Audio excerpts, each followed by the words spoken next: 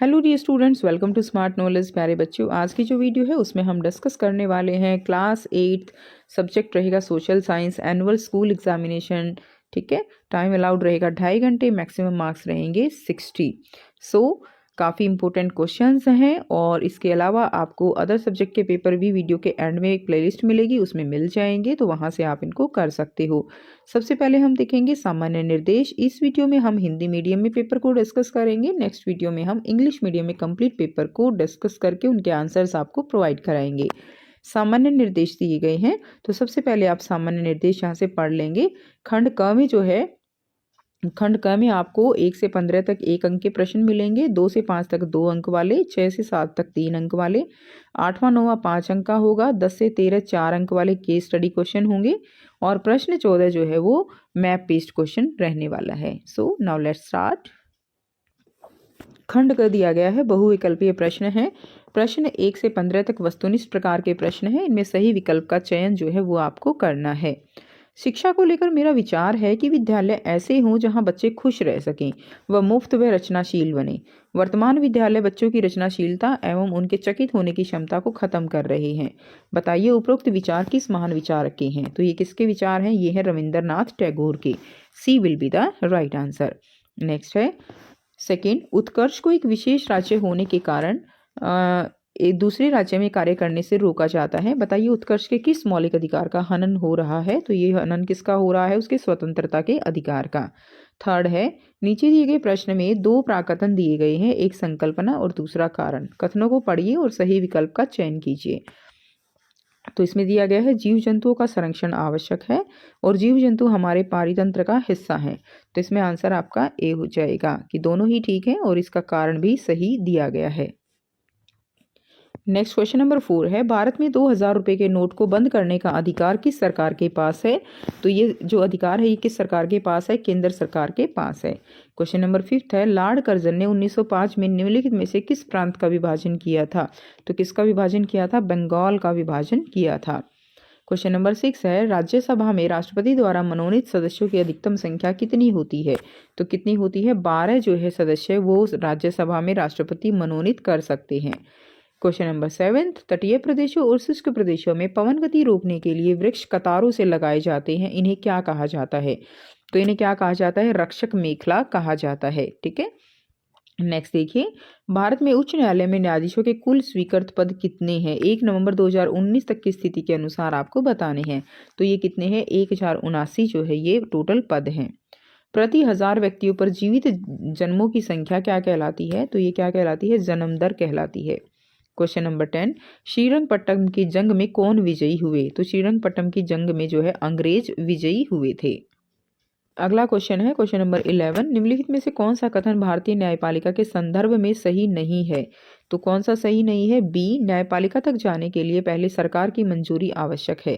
Next देखिए, question number 12 दिया गया है, निम्नलिखित में से कौन सा एक निजी क्षेत्र का उपक्रम है? तो कौन सा एक निजी क्षेत्र का उपक्रम रहेगा? रिलायंस इंडस्ट्रीज जो है इसका सही आंसर हो जाएगा। क्वेश्चन नंबर 13 है, निम्नलिखित विशेषताओं के आधार पर आपको फसल की पहचान करनी है। पहला है, इसके उत्पादन के लिए काली एवं जलोढ़ मृदा की आवश्यकता होती है। नंबर 2, सूती वस्त्र उद्योग के लिए कच्चा माल उपलब्ध करवाती है। तो विकल्प क्या रहेंगे? तो देखिए, सूती वस्त्र उद्योग के लिए कच्चा माल किससे मिलता है? वो कपास से मिलता है और उसके लिए काली और जलोढ़ मृदा ही उपयुक्त होती है। तो इसका आंसर क्या हो जाएगा? कपास इसका राइट आंसर हो जाएगा। नेक्स्ट क्वेश्चन देखिए 14 है, अनुसूचित जाति और अनुसूचित जनजाति अधिनियम कब लागू किया गया? तो ये कब लागू हुआ? 1989 में। क्वेश्चन नंबर 15 है, सही मिलान आपको करना है।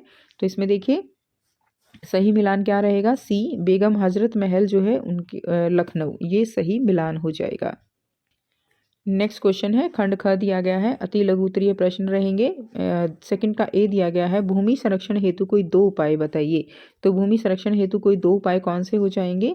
इसमें देखिए वन रोपण जो है, भूमि उद्धार, अतिचारण पर रोक और रासायनिक कीटनाशक और उर्वरकों का विनियमित करना। यानी बहुत ज़्यादा मात्रा में रासायनिक कीटनाशक उर्वरक उनका प्रयोग नहीं होना चाहिए। बहुत ज़्यादा पशुओं को जो है ज़मीन पर चराना नहीं चाहिए। तो ये इसका आंसर हो जाएगा। कोई भी 2 पॉइंट आप इसमें लिख सकते हो। नेक्स्ट है, अथवा में दिया गया है, मृदा निर्माण के कारकों का वर्णन कीजिए। तो इसका आंसर क्या हो जाएगा? मृदा निर्माण के कारक कौन से हैं? जनक सेल का स्वरूप क्या है? जलवायु कारक क्या है? वहाँ की जलवायु कैसी है? स्थलाकृति कैसी है? जैव पदार्थों की भूमिका, ये इसका आंसर हो जाएगा। नेक्स्ट देखेंगे, प्लासी के युद्ध के कारणों का वर्णन कीजिए। तो प्लासी के युद्ध के कारण क्या रहे वो आपको बताना है। तो सिराजुद्दौला का कंपनी को चेतावनी देना, ये सबसे मेन कारण था जिसको उन्होंने अपनी इंसल्ट माना। कासिम बाजार स्थित इंग्लिश फैक्ट्री पर हमला, ये प्लासी युद्ध का कारण था। सामाजिक न्याय को प्रोत्साहित करना क्यों आवश्यक है? तो सामाजिक न्याय को प्रोत्साहित करना कमजोर लोगों की सुरक्षा करने के लिए आवश्यक है और लोगों को शोषण से बचाना जो है ये इसका मेन काम है। नेक्स्ट देखिए, क्वेश्चन नंबर 5 का ए है, भारतीयों की शिक्षा को लेकर प्राच्यवादियों के दृष्टिकोण का उल्लेख जो है वो आपको करना है। तो भारतीयों की शिक्षा को लेकर प्राच्यवादियों का दृष्टिकोण क्या था? पश्चिमी ज्ञान की बजाय भारतीय ज्ञान के प्रोत्साहन पर बल दिया जाना चाहिए, वही पढ़ाया जाए जिसमें वे पहले से ही परिचित है। यानी हमारे देश में अगर संस्कृत का प्रचलन ज़्यादा है था उस समय, तो संस्कृत ही पढ़ाई जानी चाहिए। पश्चिमी सभ्यता वाले जो सब्जेक्ट थे उनको नहीं पढ़ाना जाना चाहिए, इस बात पर बल दिया गया था। अगला क्वेश्चन है, अथवा में भारतीयों की शिक्षा को लेकर वुड के नीति पत्र का उल्लेख कीजिए। तो काफी इंपॉर्टेंट क्वेश्चन है। वुड का नीति पत्र जो है क्या कहता था? यूरोपीय शिक्षण से भारतीयों के नैतिक चरित्र का उत्थान होगा, ऐसा वुड डिस्पैच ने कहा था। पूर्व का साहित्य त्रुटियों से भरा हुआ है और यूरोपीय शिक्षा को अपनाने से वो व्यवहारिक लाभ होगा, तो ये इसका आंसर हो जाएगा। नेक्स्ट देख लेते हैं, खंड ग में अति लघुत्तरीय प्रकार के प्रश्न रहेंगे। 6 का ए है, भारत में संसद की भूमिका बताइए। तो भारत में संसद की क्या भूमिका है? राष्ट्रीय सरकार का चुनाव करना, सरकार को नियंत्रित करना, मार्गदर्शन देना और जानकारी देना। थर्ड है कानून का निर्माण करना। नेक्स्ट देखिए, राज्यसभा की शक्तियों का वर्णन कीजिए। तो राज्यसभा के पास कौन कौन सी शक्तियां हैं? तो यहाँ से आप आंसर करेंगे। फर्स्ट है राज्यों की प्रतिनिधि के रूप में कार्य करना, कानून बनाने का प्रस्ताव पेश किया जाना। थर्ड रहेगा किसी विधेयक के कानून के लिए बनने के राज्यसभा की मंजूरी आवश्यक है। कोई भी विधेयक होता है तो उसको कानून अगर बनना है तो राज्यसभा लोकसभा में पास होने के बाद उसको राज्यसभा में पास होना जरूरी है। लोकसभा द्वारा पारित कानून की समीक्षा करना एवं संशोधन करना, तो ये इसका राइट आंसर हो जाएगा। नेक्स्ट देखिए, अगला क्वेश्चन है क्वेश्चन नंबर 7 का ए पार्ट, वन सत्याग्रह की विशेषताओं का वर्णन आपको करना है। तो वन सत्याग्रह में, तो इसका आंसर हो जाएगा वन सत्याग्रह की विशेषताएं क्या रहेंगी? आंध्र प्रदेश के गुंटूर जिले में आदिवासी और गरीब किसानों द्वारा चलाया गया आंदोलन था। चराई शुल्क अदा किए बिना अपने जानवरों को जंगल में छोड़ना, वन संसाधनों पर अधिकारों के सीमित हो जाने के कारण विरोध करना था और बहुत सारे गाँव में स्वराज का ऐलान कर दिया गया था। तो ये सारे कारण थे वन सत्याग्रह के। ठीक है, तो ये आंसर हो जाएगा। अथवा में देखिए, दांडी मार्च की विशेषताओं का वर्णन कीजिए। तो दांडी मार्च की क्या क्या विशेषताएं थी? आंसर रहेगा नमक कानून तोड़ने के लिए यात्रा की थी। नमक पर टैक्स से सभी वर्ग जो है वो क्या थे? प्रभावित थे, जिसकी वजह से सब में जो है गुस्सा फैल गया, रोष फैल गया। साबरमती से 240 किलोमीटर तक दूर दांडी तक यात्रा की थी। किसानों, आदिवासियों, महिलाओं की अत्यधिक भागीदारी थी। ठीक है, यानी सभी लोगों की, सभी तबके के लोगों की इसमें भागीदारी थी। नेक्स्ट देखिए, खंड घ दिया गया है दीर्घ उत्तरीय प्रश्न। क्वेश्चन नंबर 8 है, आपको कौन सा मौलिक अधिकार सर्वाधिक प्रिय है? किन्हीं 4 कारणों से अपने उत्तर की पुष्टि कीजिए। तो 5 नंबर का क्वेश्चन रहेगा तो थोड़ा सा लेंथी रहेगा। तो कौन सा मौलिक अधिकार सर्वप्रिय है? तो देखिए, आप अपने अकॉर्डिंग लिख सकते हो कि आपको कौन सा मौलिक अधिकार अच्छा लगता है। तो अगर हम बात करें तो मैं यहाँ पे एग्जाम्पल के लिए ले रही हूँ, मुझे स्वतंत्रता का अधिकार वो सबसे प्रिय है और मुझे लगता है कि आप सबको भी स्वतंत्रता का अधिकार जो है वो बहुत अच्छा लगता है। हम स्वतंत्र रहना चाहते हैं। भारतीय संविधान के अनुच्छेद 19 से 22 तक यह अधिकार विस्तार से वर्णित है। आपको कौन सा अधिकार अच्छा लगता है, कौन सा मौलिक अधिकार, उसको कमेंट सेक्शन में कमेंट करके जरूर बताइएगा। तो इसमें पहला क्या है? व्यक्तिगत स्वतंत्रता का संरक्षण। तो हम यह अधिकार हर नागरिक को अपने विचार व्यक्त करने, शांतिपूर्वक सभा करने, कहीं भी आने जाने और किसी व्यवसाय या रोजगार को चुनने के लिए स्वतंत्रता प्रदान करता है। लोकतंत्र की नींव। लोकतंत्र तभी सफल हो सकता है जब नागरिकों को अपनी राय रखने और स्वतंत्र रूप से कार्य करने के अवसर मिले। थर्ड है विकास को प्रोत्साहन। तो जब व्यक्ति स्वतंत्र होते हैं तो वे नई सोच विकसित कर पाते हैं। तो ये आंसर ये हो जाएगा। और फोर्थ पॉइंट है मानव गरिमा का सम्मान। आप चाहो तो इसमें ये पॉइंट्स भी लिख सकते हो। स्वतंत्रता के बिना जीवन अधूरा लगता है। यह अधिकार सुनिश्चित करता है कि नागरिक सम्मान पूर्वक और आत्मनिर्भरता के साथ जीवन जी सके। नेक्स्ट देखिए, उद्योगों की अवस्थिति को प्रभावित करने वाले 4 कारकों की व्याख्या कीजिए। तो उद्योगों की अवस्थिति को प्रभावित करने वाले 4 कारक लिखने हैं। तो देखिए, आप इन्हीं में से कोई भी 4 को थोड़ा सा एक्सप्लेन करके भी लिख सकते हो। ठीक है, तो इसमें क्या हो जाएंगे, इसमें जैसे कच्चे माल की उपलब्धता है, भूमि है, जल, श्रम, शक्ति, पूंजी, परिवहन, ठीक है, उसके अलावा बाजार, तो ये कारक हो जाएंगे। नेक्स्ट देखिए, अथवा में दिया गया है औद्योगिक प्रदेश क्या होते हैं, किन्हीं 3 औद्योगिक प्रदेशों के नाम लिखिए। औद्योगिक प्रदेश क्या हैं? तो औद्योगिक प्रदेश का विकास तब होता है जब कई तरह के उद्योग एक दूसरे के निकट स्थित होते हैं और वे अपनी निकटता का लाभ जो है वो आपस में बांट देते हैं। प्रमुख औद्योगिक क्षेत्र प्रदेश कौन से हैं? मुंबई पुणे समूह है, अहमदाबाद वडोदरा प्रदेश है, छोटा नागपुर औद्योगिक प्रदेश है। तो ये इसमें आंसर हो जाएगा। नेक्स्ट देखते हैं, खंड अड़ दिया गया है, केस आधारित प्रश्न रहेंगे। दिए गए गद्यांश को पढ़िए और नीचे दिए गए प्रश्नों के उत्तर आपको यहाँ पर लिखने हैं। जब हम यह सोचने लगते हैं कि किसी काम को करने का कोई एक तरीका ही सबसे अच्छा और सही है, तो हम अक्सर दूसरों की इज्जत नहीं कर पाते जो उसी काम को दूसरी तरह से करना पसंद करते हैं। हम कई चीज़ों के बारे में पूर्वाग्रही हो सकते हैं, लोगों के धार्मिक विश्वास, उनकी चमड़ी का रंग, जिस क्षेत्र से वे आते हैं, जिस तरह से बोलते हैं, जैसे कपड़े पहनते हैं इत्यादि। इन्हीं के आधार पर हम उन लोगों के बारे में कोई भी राय बना लेते हैं। अक्सर दूसरों के बारे में बनाए गए हमारे पूर्वाग्रह इतने पक्के होते हैं कि हम उनसे दोस्ती नहीं करना चाहते। ठीक है, इसी वजह से हमारा क्या होता है, कई बार व्यवहार ऐसा हो जाता है जैसे कि मतलब हम उन्हें अपनी बातों से, अपनी सोच से हम उन्हें दुख पहुंचा देते हैं। तो ये क्या होता है, ये पूर्वाग्रह होता है, किसी के बारे में बिना जाने उसके बारे में राय बना लेना।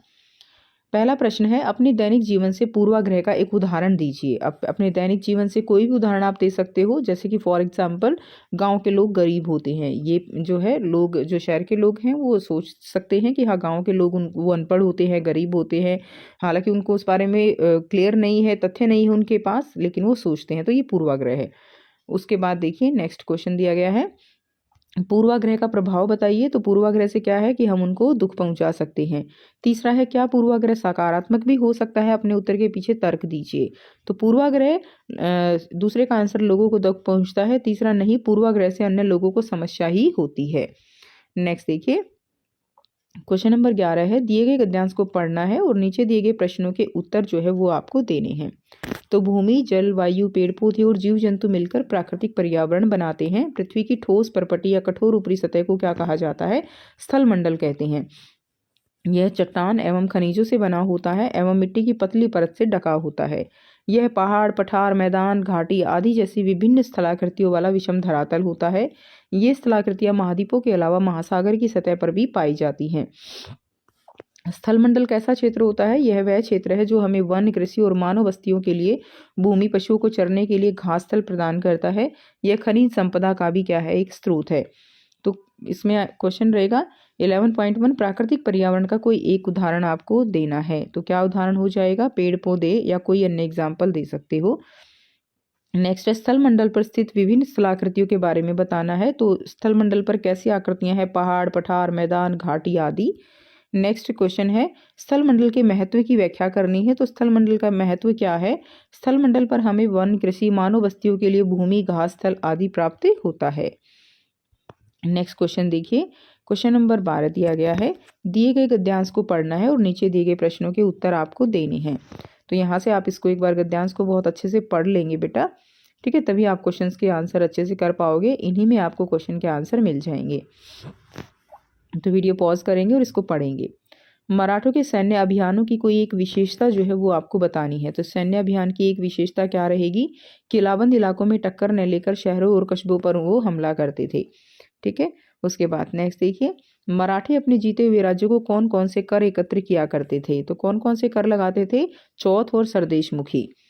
नेक्स्ट क्वेश्चन है, यदि पानीपत की तीसरी लड़ाई मराठा जीत लेते तो क्या भारत की स्थिति कुछ अलग होती? अपने उत्तर के पक्ष में तर्क आपको देना है। तो अगर भारत के अधिकांश हिस्सों पर क्या होता? मराठों का शासन होता, अगर मराठा जो है युद्ध जीत लेते तो। नेक्स्ट देखिए, क्वेश्चन नंबर 13 है, दिए गए गद्यांश को पढ़ना है और नीचे दिए गए प्रश्नों के उत्तर देने हैं। तो इसमें क्या दिया गया है? ये गद्यांश जो है वो इस्पात के बारे में है, लोहे के बारे में है। ठीक है। इस्पात कड़ा होता है और इसे आसानी से काटा और आकार दिया जाता है, इस्पात यानी स्टील, और इससे तार बनाए जा सकते हैं। एल्यूमिनियम, निकल, तांबा जैसी धातुओं को थोड़ी थोड़ी मात्रा में मिलाकर इससे मिश्र धातुएं बनाई जाती हैं। ठीक है, तो ये सारा इसमें दिया गया है। पोत, रेलगाड़ी, ट्रक ये सब इस्पात से बने हैं। सेफ्टी पिन, सुइयाँ ये सभी इस्पात से बने होते हैं। तेलकूप इस्पात से बनी मशीनों से वेदित किए जाते हैं। ठीक है, पाइपलाइन में इसका यूज़ होता है। तो ये सभी पूरा पैराग्राफ जो दिया गया है ये इस्पात से रिलेटेड है। अब क्वेश्चन आपसे पूछा गया है कि मिश्र धातु क्या होती है। तो मिश्र धातु क्या है? कई धातुओं को मिलाकर जो बनाई जाती है उसे मिश्र धातु कहते हैं। तो धातुओं के मिश्रण से बनी धातु क्या कहलाती है? मिश्र धातु कहलाती है। नेक्स्ट देखिए, मिश्र धातुओं का महत्व बताइए। तो मिश्र धातुओं का महत्व क्या है? मिश्र धातुएं जो हैं वो इस्पात को कठोरता, दृढ़ता और जंग प्रतिरोधक क्षमता प्रदान करती हैं। जैसे क्या है कि जैसे स्टील एक मिश्र धातु है तो उस पर जंग नहीं लगता, कठोर भी है, दृढ़ भी है, इतनी सारी चीज़ें बनाई जाती हैं। नेक्स्ट देखेंगे, इस्पात हमारे दैनिक जीवन में किस प्रकार उपयोगी है? उदाहरण सहित बताइए। तो इस्पात कैसे उपयोगी है? इससे रेलगाड़ी, ट्रक व ऑटो इस्पात से बनी होती हैं। सेफ्टी पिन, सुइयाँ जो है वो सब किससे बनी है? वो सभी इस्पात से बनी होती हैं। तो ये इसका आंसर हो जाएगा। अगला प्रश्न है मानचित्र आधारित प्रश्न है। भारत के दिए गए राजनीतिक मानचित्र पर आपको किन्हीं 5 स्थानों को अंकित करना है और उनके नाम लिखने हैं। दिल्ली, कानपुर, बनारस, झांसी, लखनऊ, मेरठ, इनके बारे में आपको बताना है। तो यहाँ से मैच कर लेंगे। तो ये क्या है? ये दिल्ली हो जाएगा। यहाँ पे यूपी में क्या है? मेरठ है। इधर क्या हो जाएगा? ये लखनऊ, कानपुर, और इधर जो है ये क्या है? झांसी है, और यहाँ पे क्या है? वाराणसी है।